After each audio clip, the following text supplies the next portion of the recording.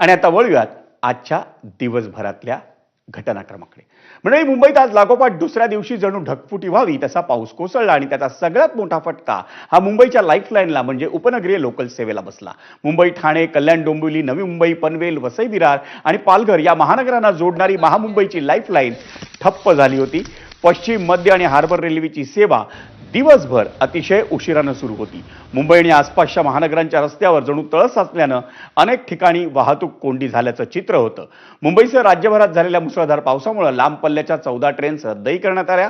दरम्यान मेट्रो 3 या भुयारी मार्गावरच्या बीकेसी स्थानकात आज गळती झाल्याचं दिसून आलं। त्या मेट्रो स्थानकात त्यामुळे पाणी झालं होतं। King circle, Hindmata, LBS road अशा अनेक परिसरांमध्ये सलग दुसऱ्या दिवशी रस्त्यांवर पाणी साचलं। परिणामी वाहतूक कोंडी झाली नसती तरच नवल।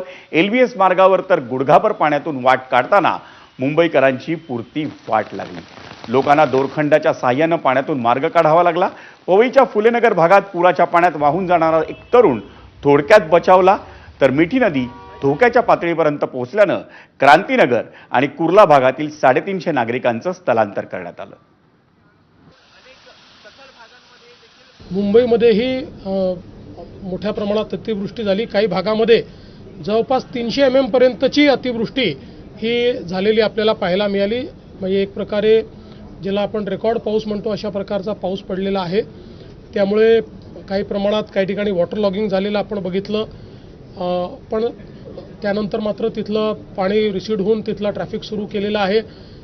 जी आपली ट्रेन आहे मुंबईची लाईफलाईन ज्याला आपण म्हणतो अशी आपली जी लोकल आहे सबअर्बन रेल्वे, याचं देखील जे काही प्रवासी वाहतूक आहे ती थोडी धीमी झालेली आहे।